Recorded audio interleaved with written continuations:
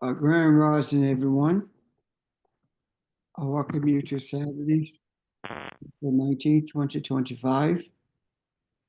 And we would like to begin by um, asking you if there are questions or comments that you may have from our last meeting or from anything that you have encountered during the course of this week.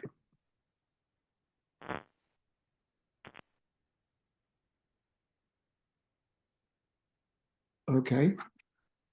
Not, then um, there are some things that I think that would benefit us that have happened this week. There has been quite a few things that have taken place this week. One of which I sent to the teachers, not so much for research as much as to as information, actually, to see thoughts, um, the thoughts of the people who are in control, um, the greed that's out there. Before I get into that, I would like to again ask if there are questions that you may have about anything. Yes, this is Angela. I do have a question. Sure. When you asked that, I was thinking, and I said, "No, I'm going to ask anyway." But like I can use myself as an example. When things that's going on to your life or that you experiencing, and you're trying to the word I want to say is not adjust, but you're trying to.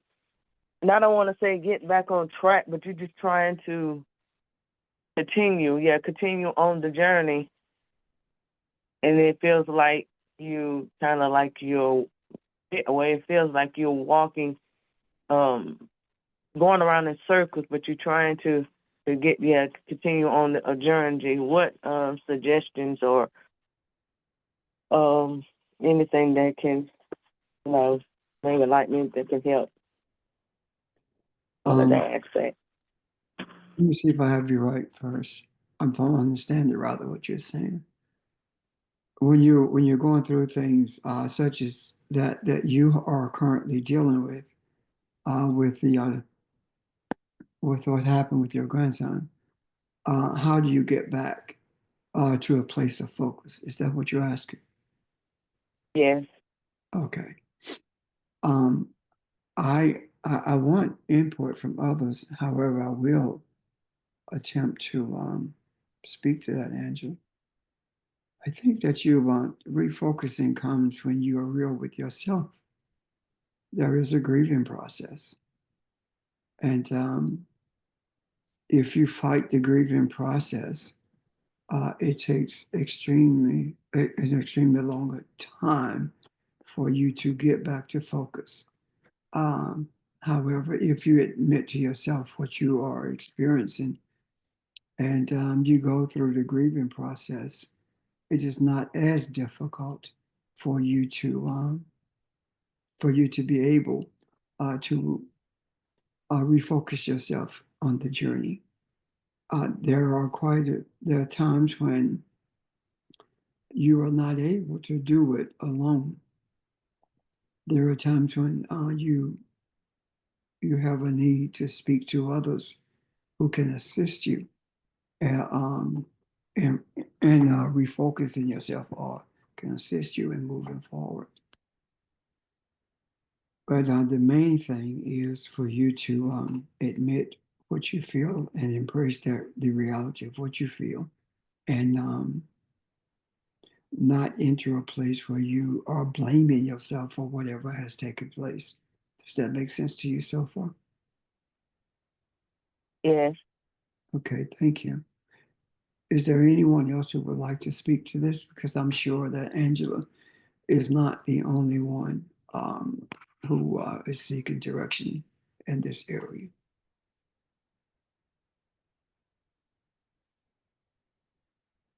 Good morning. This is Barbara. I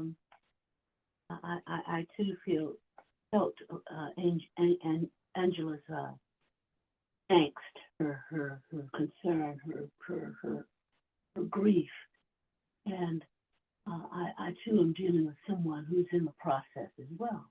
And what I encourage her to do is just to actually, what people have already said, allow yourself to feel that. You can't deny it. Embrace that. Yeah, this is how I feel. But the other thing too is that understand that once you embrace that and you say, this is how I feel, part of the grieving is, as Pastor said, not blaming yourself, but begin to not blame the other as well.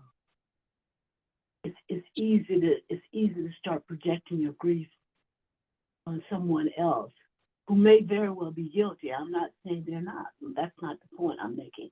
The point I'm making is to allow yourself to feel it as deeply as you allow yourself to feel it. And don't blame yourself, but try not to blame the other. And to let it go. And to do it one step at a time. Live in the moment. Don't think about if I woulda, coulda, shoulda, or I oughta, or whatever. Don't put any of those conditions on it. Just live in the now and breathe. Live in the now and breathe through it. And that helps. So. Thank you. Pastor, may I also add, this is Evelyn Family, Grand Rising. There are times when Angela and the family, there are times when I feel like I'm going through some things, I'll text people who are in our family. I'll text them, or sometimes I'll call them. Kathy, I've called her. Barbara, I'll call them. I'll text Audrey. So if there's any time that any of us sometimes just want to hear another voice or just call or whatever, just text. That's the type of family we have. I have no problem with Pastor Barbara or anybody giving out my number, because sometimes just to hear somebody's voice helps you cope with what you're dealing with. And I promise you, sweetie, we all are dealing with something. So again, just hearing someone's voice. If you need my number or anybody, I'll say me. I can't answer for anybody else. But if you want to call and just say, hey, Evelyn, let's go grab something to eat. Let's do this. Let's do that. I will come wherever you are. I got a car. I don't care. But this is the type of family we need. And I am here, okay? And I want to see you anyway. I would like to see everybody. But anyway, I just wanted to put that out there. I appreciate the family we have and the covering, Pastor Jay. I appreciate it so much. That's all I wanted to say. Thank you. Yeah. Good morning, Pastor. Can you hear me? Sure. Mm-hmm. Yeah. I just wanted to also say, in terms of what Evelyn mentioned, one of the aspects in terms of our conversation is dealing with resiliency. And one of the inner strengths of resiliency is exactly what has been mentioned in terms of reaching out. And that's the blessing that we have the opportunity to reach out to each other, in time of need. And more importantly, in terms of just knowing that there's those that love and care for one another. And I think that being able to do that is so essential, and not having the fear or having other thoughts that might deter you from reaching out. So I just wanted to concur with Evelyn and everyone else said. Reaching out is a very important resiliency skill, and hopefully that's something we can appreciate and pursue. I'm done. Thank you. Anyone else?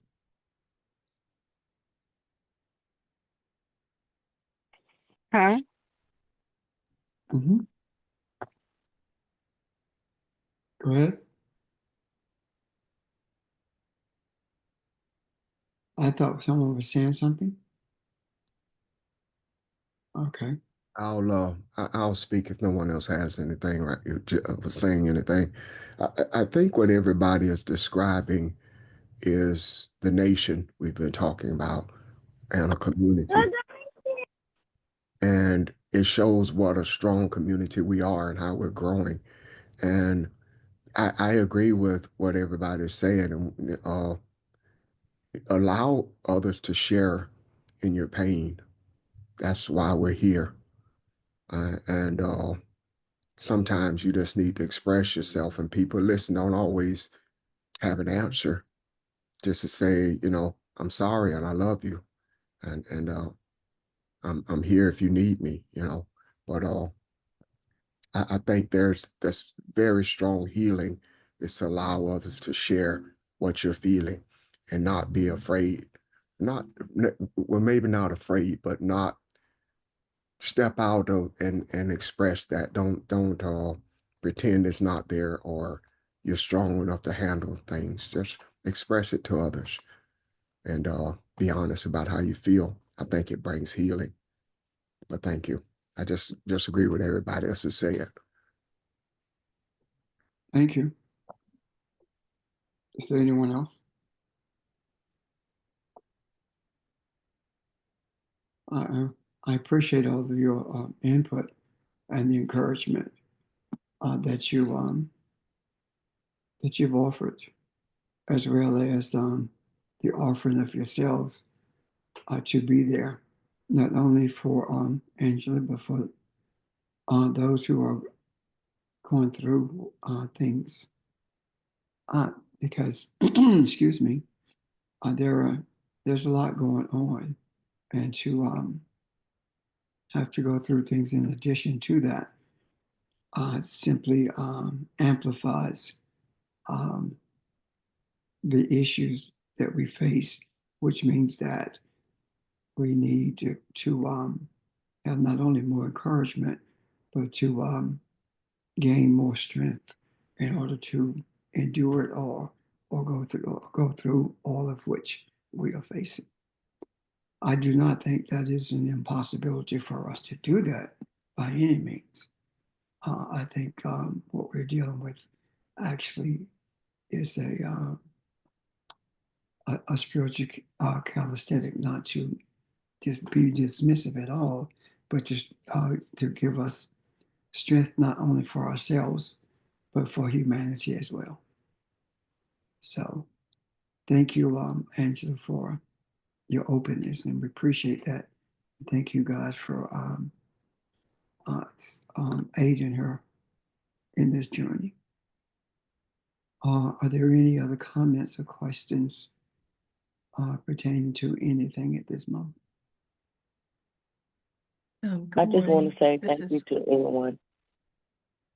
Oh, you're welcome, dear. Audrey? sorry. Angela, I just wanted to add a comment, and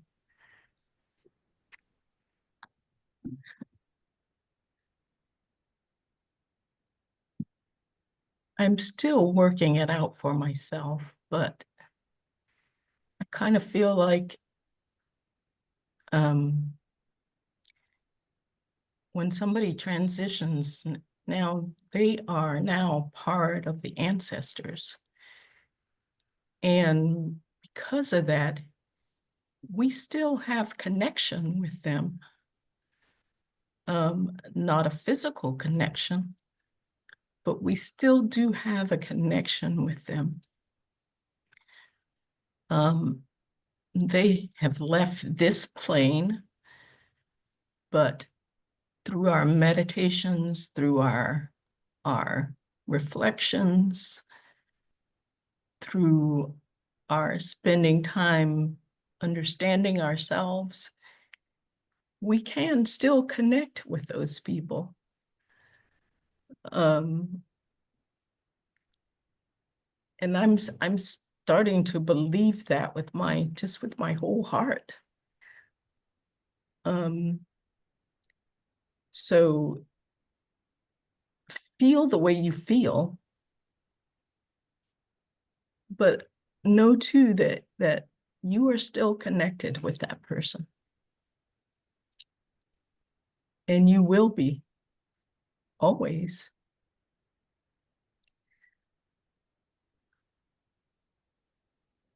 I could say more, but as I said, I'm still working it all out within myself. But it resonates so deeply with me that we are still connected with those people in ways that we don't fully understand yet. But we are. So I think if you can do whatever you can do to feel that, through meditation or through reflection or through taking a long walk or through whatever way works for you, I think you can connect with that person again still.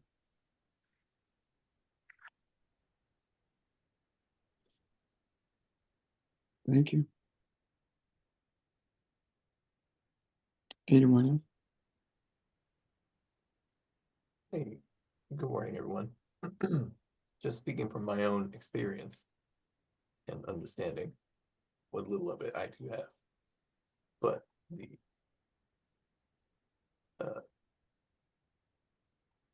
the ancestors are not only an impersonal sort of energy reservoir or spirit reservoir.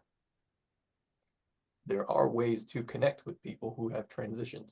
Well, I should say, the spirit of the people we knew while they were physically present with us. And there's quite a lot to that metaphysically and spiritually, but we can connect to people. It requires the capacity to perceive the non-physical realms that we exist within, that we do not perceive because of our materially attuned and focused attention. And meditation is that thing that allows you to expand that awareness, your awareness, into those non-physical realms that are unseen. And that just takes practice. But I just want to say that to perhaps give a little bit more quote unquote concreteness to the idea of what ancestors are, or the cloud of witnesses is. Now there's, I believe, well, there's a lot more to the explanation of these realms and the metaphysics and spirituality associated with all of this stuff. But we exist within a very real context of the realms of spirit, shall I say. And the part of the purpose of spiritual practice and meditation is to become more aware of those realms and the context within which we exist as we experience this physical body. And there are places you can go wherein you can visit people who have transitioned. So, as Pastor Richard said, as we've all said, it is important to feel how you feel. And know that that is a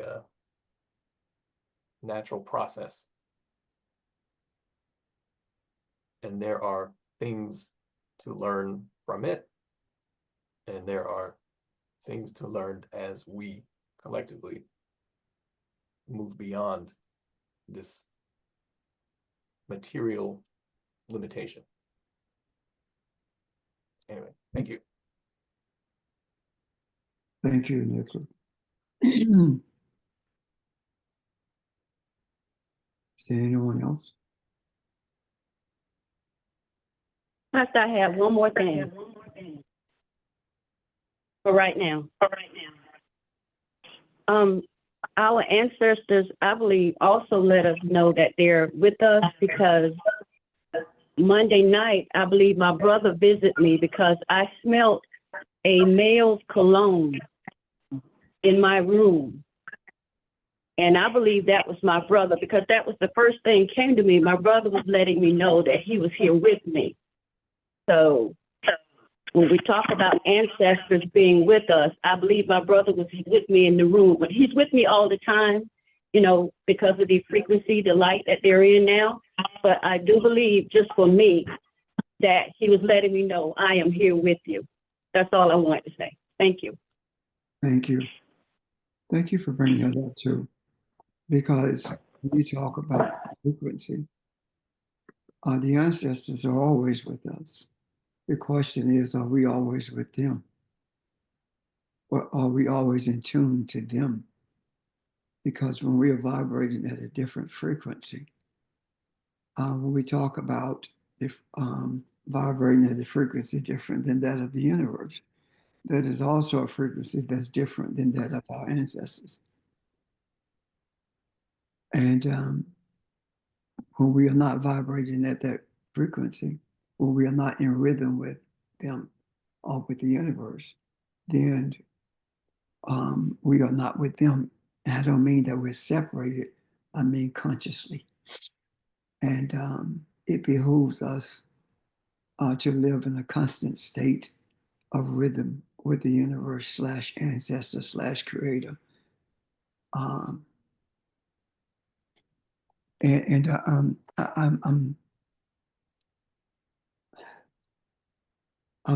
do believe that in order for us to bring change for humanity, to be strengthened, to realize the true nature of who we are, that it is imperative that is not only our desire to be in constant rhythm with the universe. I do believe that it should be our constant effort to make sure that we are. A continuous effort to make sure that we are. I was talking with Tristan, grandson, and he is about 10. And we were talking about something. And he said to me that whatever we were talking about, he was talking about God had shown that to him. I said, well, who is God?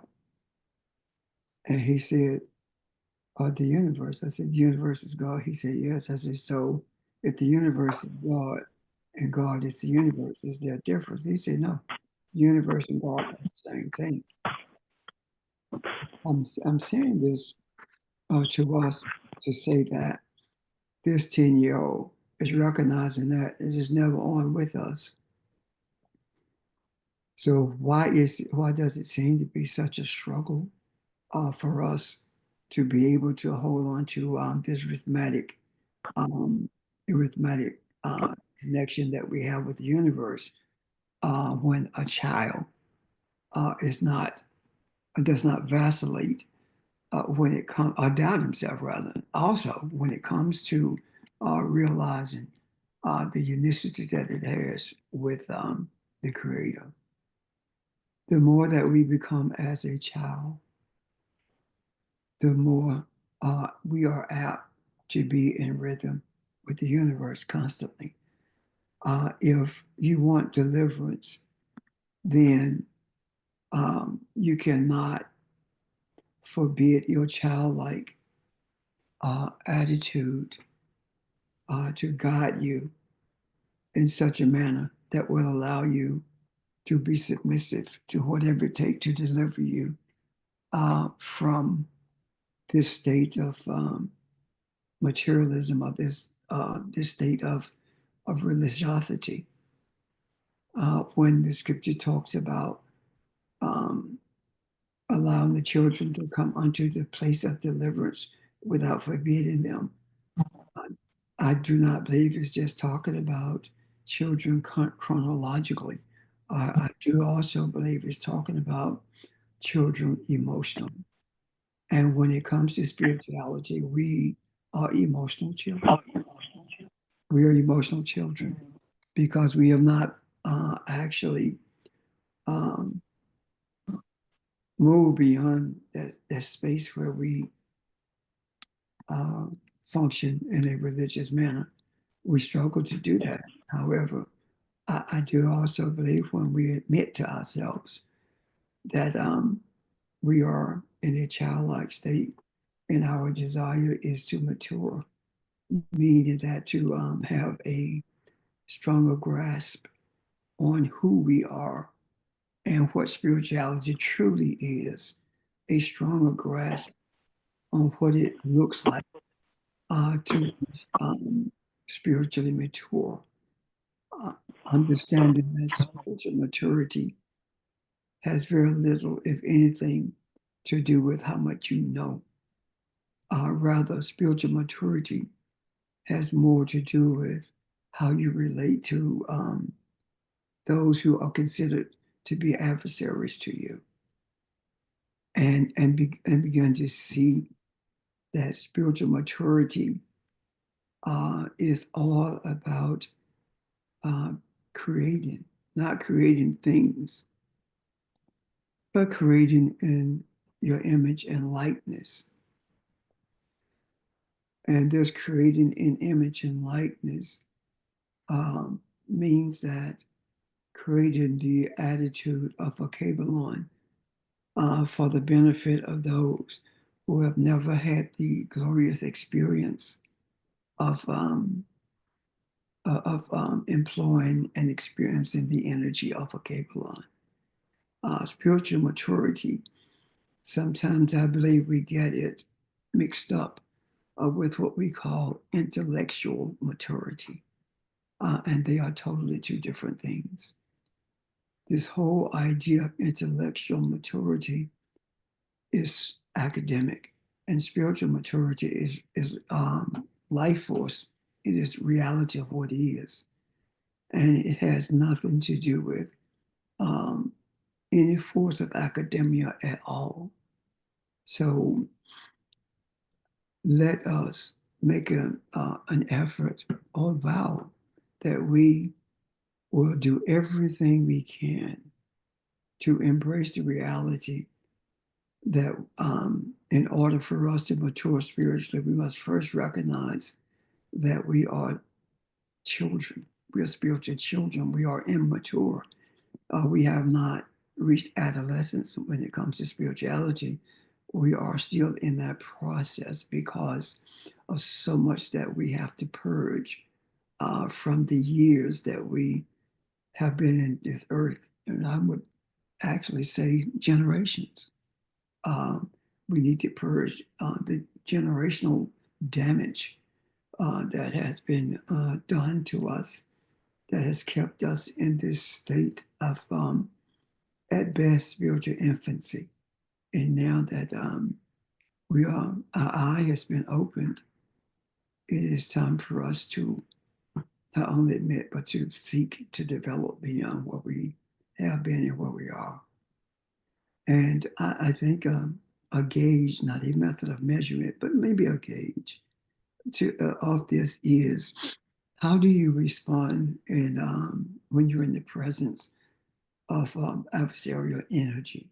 How do you respond when you hear about the abuse or the abusive nature of these entities who are in authority in this material world? How do you respond to that? Are you able to remain in the state of spiritual truth that you desire to be in when you hear these things? If you are moved by them and it moves you off the spot of strength that you're standing on, then would it not be so that this thing is stronger than you? If you're not able to overcome the damage of it or overcome its authority over you, if you're not able to maintain your sense of emotional stability in the face of it, then the question becomes, who is in control and who is stronger? Are you in control of yourself? Are you stronger than the energy that seeks to not only to destroy you, but seeks to make you feel inferior to it? And I speak to this because it just came to me that I just begun to see that if we are uncomfortable with those things that besets humanity, then that discomfort is telling us something. And the message from that discomfort is saying that we have not matured to the place spiritually where we are able to overcome the authority that that's in this earth. And until we are able to do that, can we expect our humanity to handle it any differently if we cannot? And there is no doubt in my mind that not only were we brought into this earth environment for such a time as this, there's no doubt in my mind that we are the tip of the spear. We are the vanguard. And if the vanguard, if the tip of the spear cannot pierce the darkness of adversarial energy and bring it under submission, then can we expect those who we are on the battlefield fighting for to do the same thing? Can we expect humanity to do it if we cannot do it? And when we answer that question, then ask yourself this: are you saying you can't or you won't? Because it's not that you don't know you should or you have to be able to do it. You can't or you won't. Because if you believe you can't, then the question is your eye really open? And if you just won't do it, the question becomes why? Why not? After all that you put forth in trying to understand who you are, why would you not do that? And if you choose not to do it, then is this an academic journey for you? Or is it truly a spiritual journey? Those are the questions that I can't answer for you. Neither can you answer them for me. You can only answer them for yourself. And those are the questions that you raise within, and be true to yourself about the answers that you get from those questions. Does that make sense, guys?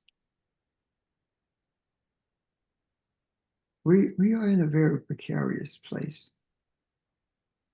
And the precarious place that we are currently in it is a place of decisiveness, a place where we can no longer balk at the opportunity that we have to move beyond, to move through and beyond what we feel when statements are made like Social Security is going to be cut out for people, or people are being terminated from their jobs. Of course, you feel empathy, but not fear or hope. If those things beset us, if those things become weights for us, then that means that we have become stagnated on this journey, because weights either slow you down or stop you. So if that is the case, then how can we say to humanity that humanity should take our yoke upon them, for our burden is light. In that we are carrying their burden. It is not a heavy load for us to carry in terms of something that will stop us. This burden that we carry for humanity is not. It really isn't heavy at all. It is trying, but it's not too heavy to carry, because if it were, we would not be permitted to travel this journey. Our shoulders are strong. We can carry the burden.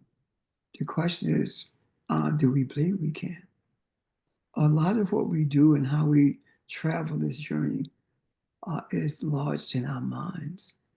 And we need to remove those things from our minds and allow them to live in our soul. Our soul say you can carry this burden. Our soul say that the reason you can carry the burden is because you're built that way. Everybody's not built that way. There are people who are so distraught with what's going on around them until it is virtually impossible for them to even consider carrying someone else's burden, let alone their own. And that's where we come in. We don't have to be known in the press, or we don't have to be known or seen at all in order for us to be effective in what we are currently engaged in. We are who we are, and we do what we do because we not only was given this journey, we also chose to accept it. And in doing so, let's not play both sides against the middle. In other words, let's not have one foot in this material world and one foot in the spiritual world. Either we are in this world but not of it, or we are in it and of it. If we are not of this world, that means that regardless of what happened in this world, it does slow us down. It does not stop us. And again, we do have empathy, but empathy does not impede your progress. Empathy is the catalyst that motivates you to continue moving in the face of adversity. Does that make sense? Any questions about that?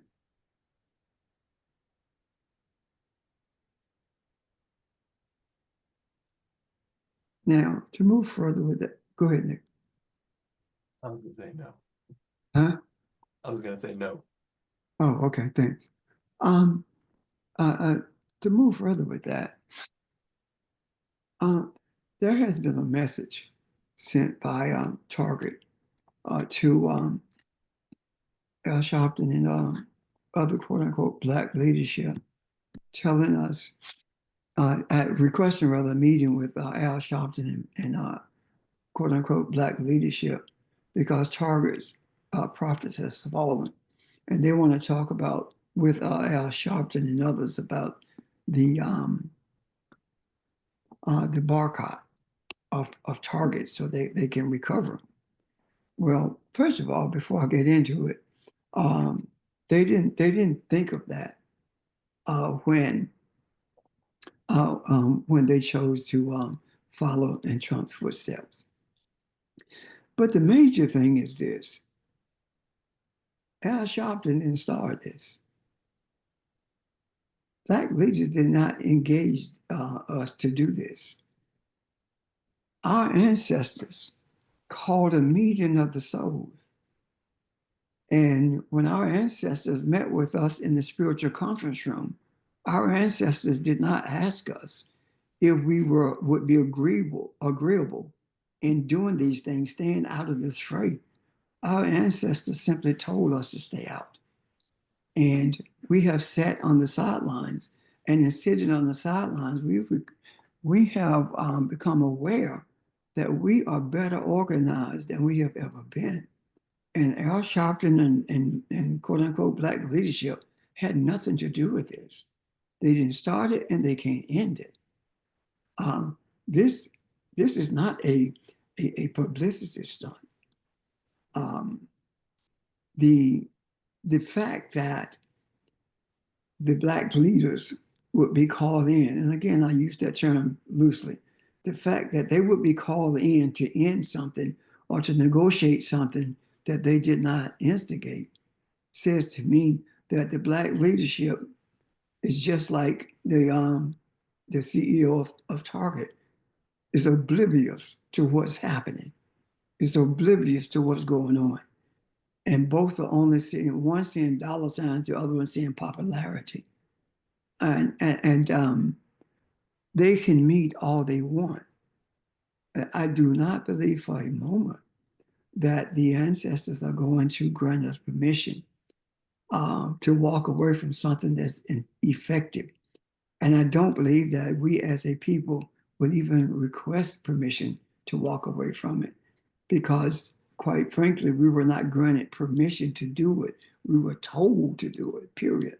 And that's a difference in submitting to the authority that has your best interest at heart and making a decision or reckoning whether or not you're going to be obedient to it. So I say all of that to say this. We are in an era of our lives that we have never been in. The reason for our being brought into this country in shackles is becoming more and more evident as we look at what is necessary for this earth realm to be as it is above, authoritatively. Out of all the people on this earth, there are no people on this earth like we are, meaning the African in this part of the world.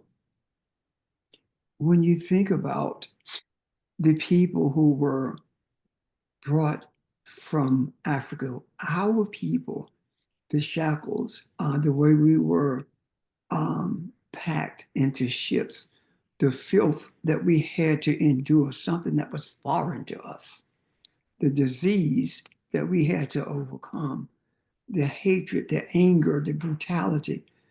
And in doing this for like 4 months plus sometimes, in a ship, in the bed of a ship, not having opportunity to come topside or the opportunity to be separated from the filth, we survived. And our survival is the testament to not only our strength, but is also a testament to our divinity. You could not survive such torture and not be divine. And all of that, out of all of that came us. And the reason being is because we had to be in the belly of unrighteousness and endure the worst hardships that anyone could ever dream of in order for us to maintain our dignity, but more importantly, our divinity. And in doing so and becoming more aware of it, we are beginning to see that this is what was intended from the beginning.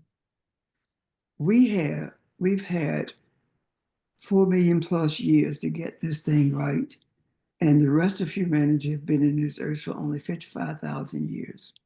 And now we are in the process of being more expressive of our divinity than we have ever been.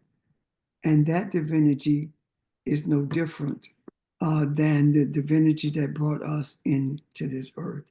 You've heard us talk about, even in religion, if God were to remove its hand from us in 1 second, all of us would be gone. That is the same principle that applies to us. If we were, all of us as African, and I think Nick said this many years ago, were to leave the face of this earth, everything on this earth would die. It could not survive without our presence.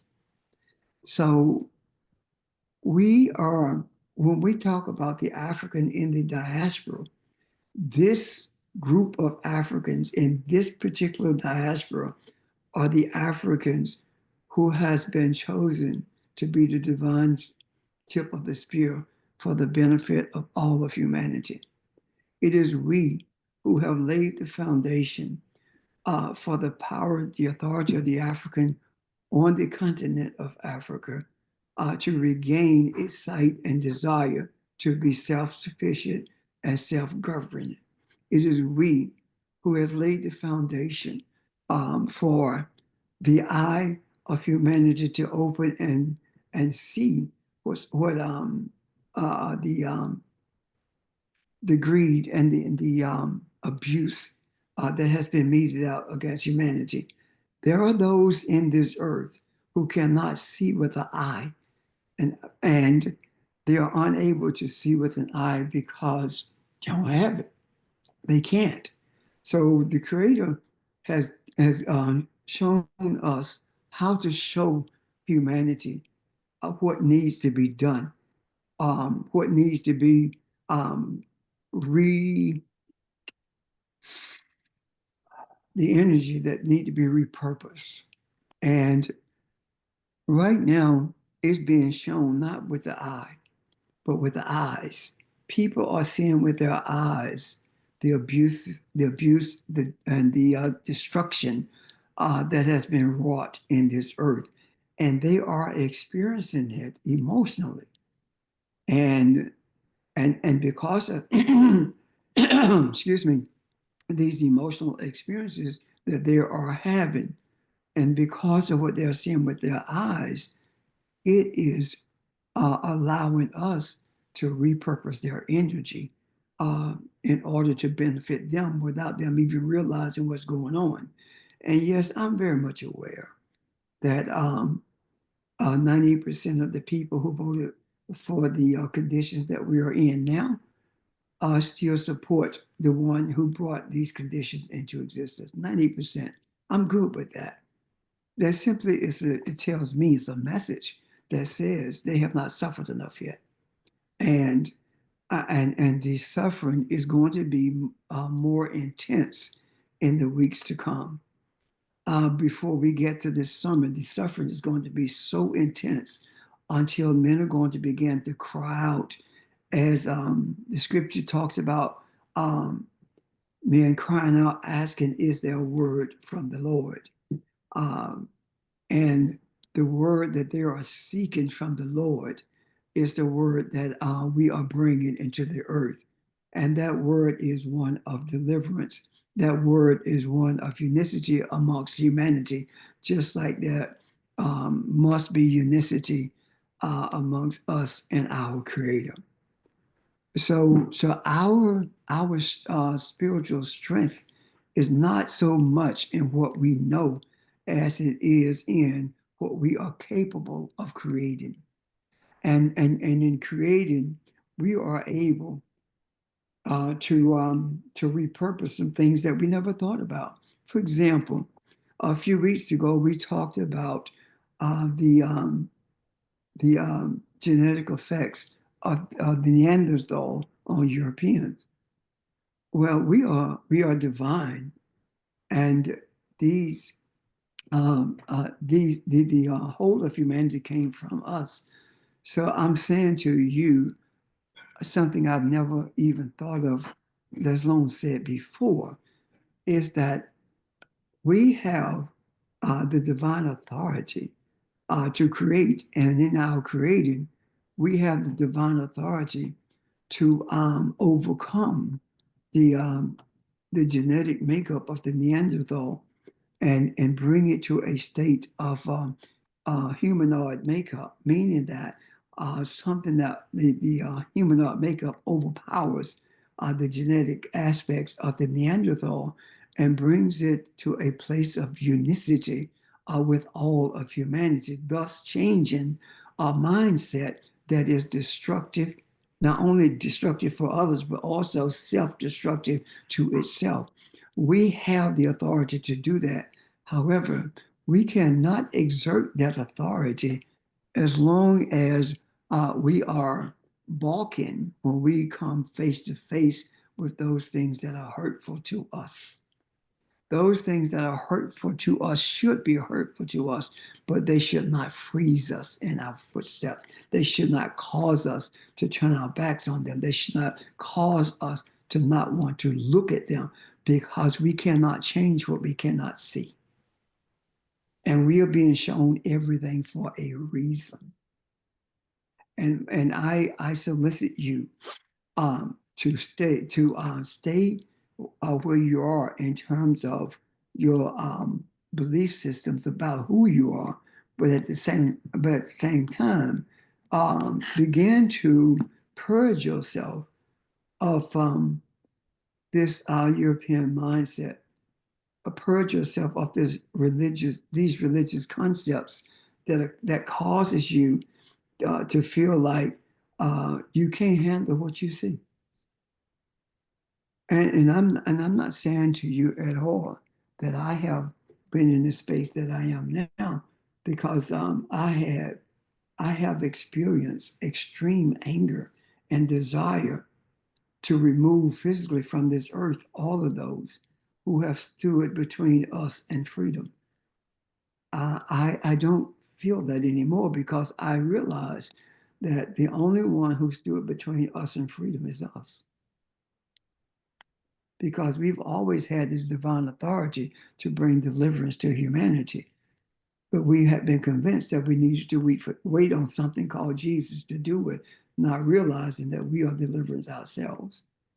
So I am saying in essence this, that we are the ones to bring change to what we are shown needs to be changed. But that change must begin within us. And we must have the intestinal fortitude to persevere in the face of all the adversity that is being shown to us, regardless of how painful it is.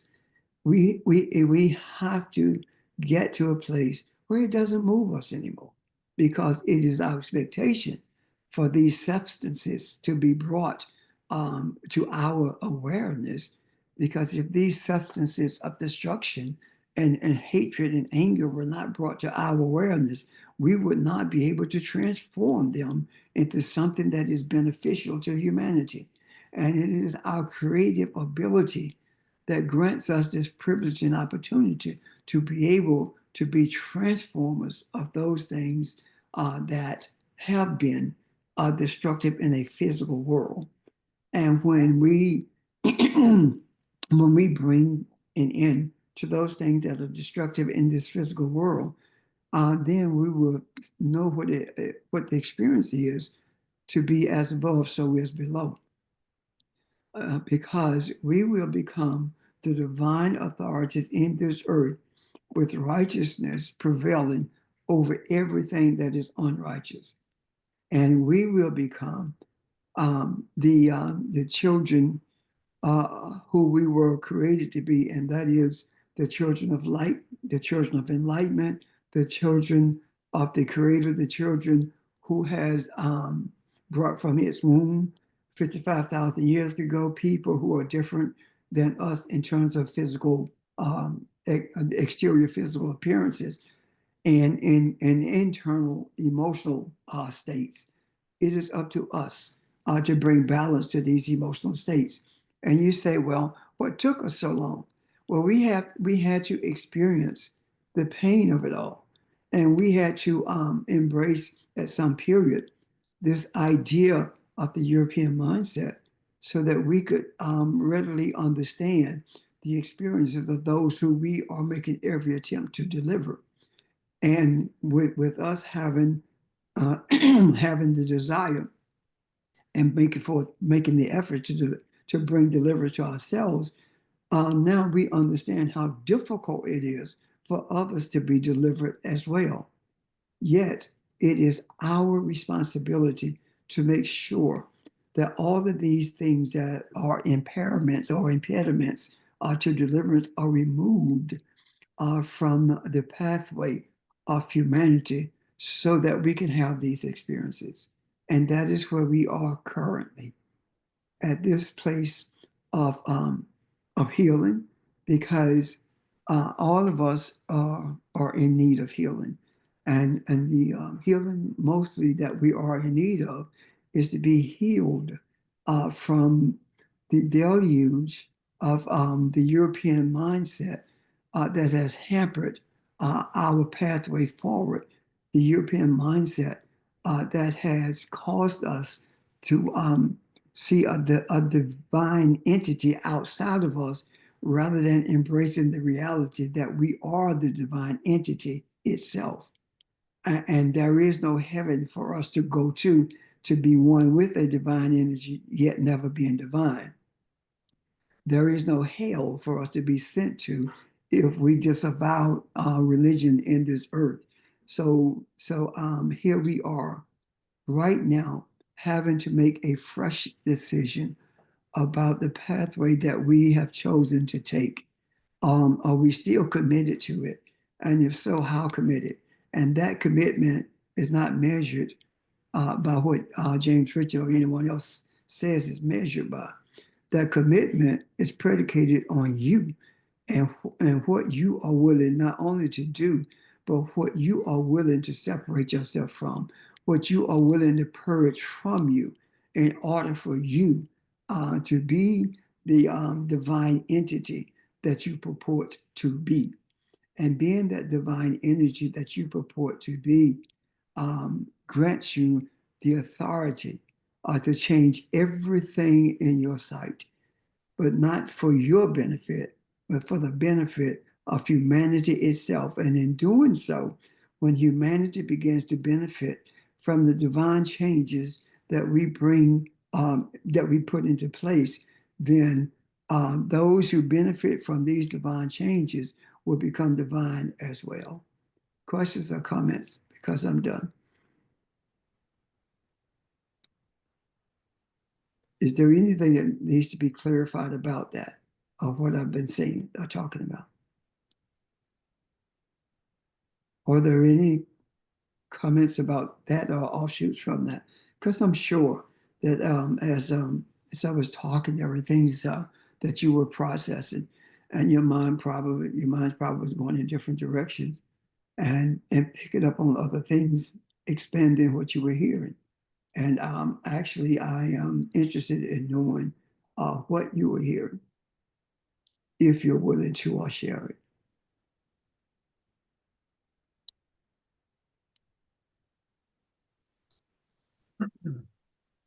I can share that. I think the one of the things we have the ability to do is hold specific aspects of what we see in terms of the chaos, selfishness, etc. in the earth. Hold specific aspects within our intention as we meditate to target that thing directly. And I believe we can do what we have done that probably sort of collectively, but I think we can do that individually if there are particular things that we experience that we want to shine light on in a spiritual sense. Because all of us have different aspects of the total experience of what it takes to redeem the, the lost white brother, speaking loosely with that term, that mindset itself. So when we meditate collectively, we can enhance the effect. I think if we are of accord or on the same page about the particular thing we are directing our attention at, but we can do that individually as well if we have a particular thing that we wish spirit would address. We, as the channelers and avatars of that spirit in the earth, have that ability and responsibility as well, I think. So whatever it is you experience, you can direct your attention at it. Thank you. Thank you. Anyone else?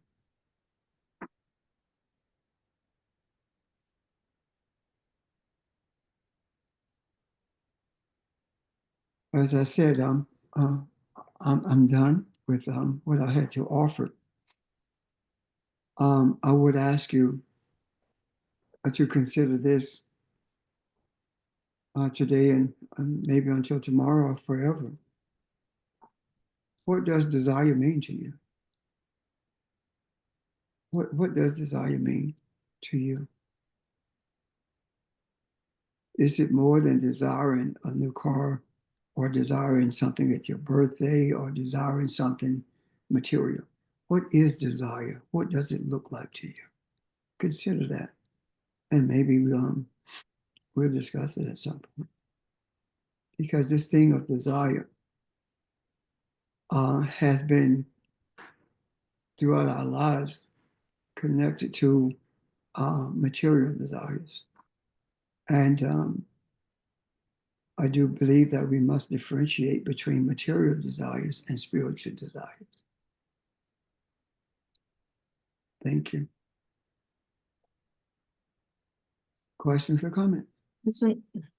Isn't desire just simply setting an intention? And what? And just be. Sorry, I've lost you. I can't hear you. Set an intention and just be. Can you hear me, Audrey? Are you able to help me? I can hear you. Okay. Can you hear me? No, I guess Seems not. like a speaker's out. Sorry. Yeah, sorry, I didn't hear you. I said, you said, set an intent, setting your desire and just, setting your intent and just be. So Desire, isn't that the same thing? Desire is setting an intention? yes. So what does that mean to you? Not Audrey, you, but, what does that mean to me? To set my intent and just be what? What is my intent? And I would like, just think about it from your perspective. What does that mean to you? And it would not surprise me at all if when we talk about what it means to us individually, that it will be exactly the same thing it means to us collectively. That would not surprise me, because in when we really think about who we are, we say collectively and we say individually, but even collectively, we are still individual. We are a divine individual, yet we are many. Does that make sense?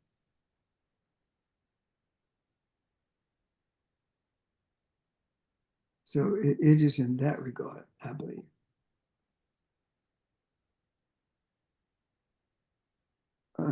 Audrey, any other comments or questions? I have a question.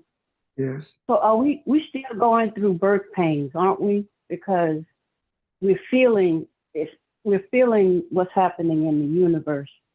And my question to you is, will a baby ever be born? Because this hurts. I'm telling you, we're really going through. That's my question. Thank you. When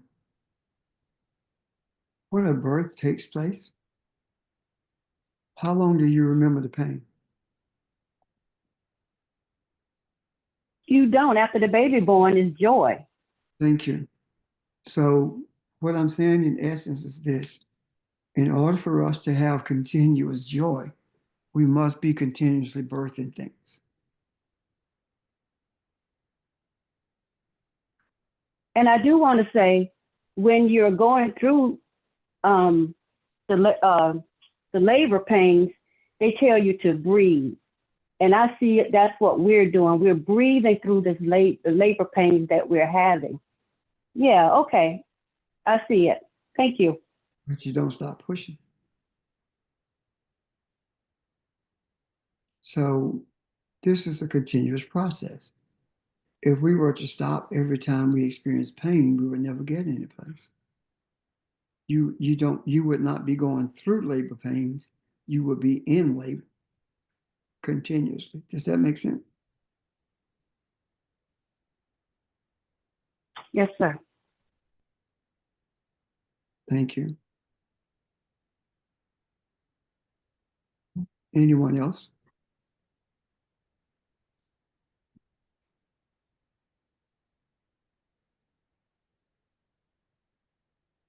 If not, I'm grateful for your presence, and I'm appreciative that you made yourself available today, not only to be a part of our discussion and journey of insight, but also lending your energy to the process itself and being receptive to the seeds that have been given so that you could intentionally become impregnated with the desire of change. So I implore you to enjoy the rest of your day. And at the same time, look forward to your presence on tomorrow at 11 o'clock. Every day of your life be made whole over and over again. Bye. Eternal non-occasion. Thank you. I had a It's